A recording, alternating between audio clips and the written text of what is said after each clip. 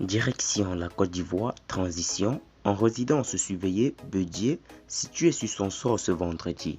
Pour plus de détails, après le générique. Avant de commencer, n'oubliez pas de vous abonner et d'activer la cloche de notification, car cela va vous permettre de ne plus manquer les prochaines vidéos.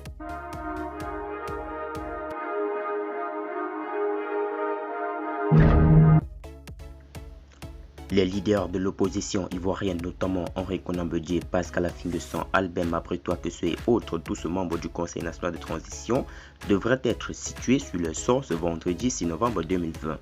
Transition, Konan Bédié, Affi-N'Guessan, Mabritois-Kessé et consorts devant les tribunaux pour sédition. Henri Konan Bédié, Pascal Affi-N'Guessan, Albert Mabry, tous membres du Conseil national de transition, assignés en résidence par le régime Ouattara, seront situés ce vendredi sur la procédure à charge ouverte à leur encontre par la justice ivoirienne. Accusés de sédition, les cadres du Conseil national de transition qui refusent d'accepter les résultats de l'élection présidentielle du 30 octobre donnant le président Alassane Ouattara vainqueur vont se voir notifier les différents chefs d'accusation.